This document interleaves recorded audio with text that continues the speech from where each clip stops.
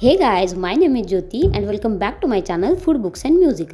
तुम्हाला ही कारल्याची भाजी अजिबात खायला आवडत नसेल तर अशा पद्धतीनं कारल्याची भाजी नक्की करून बघा, तुम्हालाही नक्की आवडेल. इथं मी 4 ते 5 असे कारले स्वच्छ धुवून घेतलेले आहेत आणि त्याच्यामधल्या जो गाभा आहे बियांचा वगैरे तो मी असं ते बटाट्याची साल काढायचं असतं ना त्याच्या साह्यानं असं मी बाहेर काढून घेतलं आहे आणि ह्याचं असं गोलाकार अशी आकारात हे कट करून घेतलं आहे. तुम्हाला कारल्याचा कोणताही आकाराने चिरायचं असेल ना तर तसं चिरून घ्या. हे असं गोलाकार आकारात जरा असं छान दिसतं म्हणून मी असं चिरून घेते. हे बघा, अशा पद्धतीनं मी चिरून घेतलं आहे. अशी सगळी कारली मी असं चिरून घेतलेली आहेत. हे बघा, अशा पद्धतीनं. आता हे कारलं आहे ना, याचा कडवटपणा थोडासा कमी करण्यासाठी ना त्यामध्ये एक अख्ख्या लिंबाचा रस आणि भरपूर असं मीठ हे सगळं असं लावून ठेवायचं. याला तुम्हाला इथं लिंबू नसेल पिळायचा तर थोडंसं चिंचेचा कोळ यामध्ये टाकला ना तरी चालेल. असं त्याचा कारल्याचा कमी होतो कडवटपणा. आता ना आपण याचं वाटण बनवून घेऊया. थोडंसं ओलं खोबरं, एक 7 ते 8 पाकळ्या लसूण आणि अशी कोथिंबीर हे पाणी न घालता असं वाटून घ्यायचं आहे. हे बघा, अशा पद्धतीने हे वाटून घेतलं आहे मी. इथं मी कांदा टोमॅटो चिरून घेतला आहे आणि चिंचेचा कोळ पण बनवून घेतला आहे. आता आपण कारल्याला जे मीठ आणि लिंबू लावून ठेवला होता ते आता हे स्वच्छ धुवून घेऊया, म्हणजे आता कडवटपणा सगळा निघून जाईल. हे असं मी स्वच्छ धुवून घेतलं आहे. हे बघा, असं एकदम हाताने साफ करायचं ते आणि हे असं मी पाणी त्यातलं सगळं काढून घेतलं. आता जे कारला आपण पाण्यातून काढून घेतले ना ते असं मस्त यामध्ये तेलामध्ये थोडंसं परतवून घ्यायचं, म्हणजे त्याचा कच्चापणा कमी होतो. हे बघा, अशा पद्धतीनं कारलं सगळं मी भाजून घेतलं आहे. आता याला फोडणी टाकूया. त्यासाठी त्या तेलामध्येच मी थोडीशी मोहरी टाकली. मोहरी तडतडल्यानंतर त्यामध्ये थोडेसे जिरे टाकले. हे बघा, अशा पद्धतीनं. आणि त्यामध्ये माझा आवडता असा कढीपत्ता. मी कढीपत्ता सगळ्या भाज्यांमध्ये टाकते, मला आवडतं म्हणून. आता यामध्ये कांदा टाकायचा आणि कांदा थोडासा लाल होईपर्यंत असा परतून घ्यायचा आहे. थोडंसं गोल्डन ब्राऊन होईपर्यंतच परतायचा, अगदीच जास्त हे करायचं नाही त्याला. आणि ते हे परतल्यानंतर कांदा त्यामध्ये टोमॅटो टाकून घेऊया. टोमॅटो पण असं छान असं तेलात भाजून घ्यायचं आहे.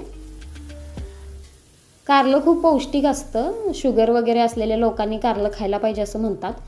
सगळ्यांनाच चांगलं असतं म्हणून ही अशी भाजी बनवून खा. यामध्ये मी थोडीशी हळद टाकलेली आहे आणि थोडंसं हिंग आणि थोडीशी धनेपूड. धनेपूड असेल तर टाका, नसेल तर नाही टाकली तरी चालतं. आता यामध्ये आपण जे खोबऱ्याचं वाटण करून घेतलं होतं, खोबरं आणि लसूणचं, ते यामध्ये टाकलं आणि हे असं चांगलं तेलामध्ये असं मस्त भाजून घ्यायचं, त्याचा कच्चापणा जाण्यासाठी. हे बघा, अशा पद्धतीने हे पण भाजून झालेलं आहे. आता यामध्ये जो आपण चिंचेचा कोळ बनवून ठेवला होता तो पण टाकायचा. त्याआधी आपण ह्यात लाल तिखट टाकूया चवीपुरतं आणि ते असं ह्याच्यातनं तेलात छान असं भाजून घेऊया. लाल तिखट असं भाजल्यानंतर मग ह्यामध्ये कोळ ॲड करूया आपण.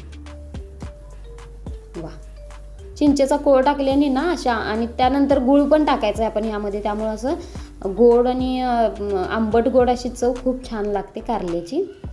हे बघा, अशा पद्धतीनं. अजिबात कारलं न खाणारी व्यक्तीसुद्धा अशी भाजी दिली ना तर ते खूप आवडीनं खातं.